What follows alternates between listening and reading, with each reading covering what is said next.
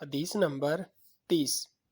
میں اس شخص علی رضی اللہ عنہ کی مدد کرنے کو چلا، راستے میں مجھ کو ابوبکر ملے۔ پوچھا کہاں جاتے ہو؟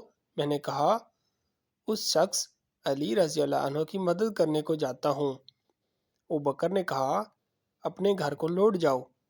میں نے نبی کریم صلی اللہ علیہ وسلم سے سنا ہے، آپ صلی اللہ علیہ وسلم فرماتے تھے جب دو مسلمان اپنی اپنی تلواریں لے کر بھڑ جائیں تو قاتل اور مقتول دونوں دوزخی ہیں۔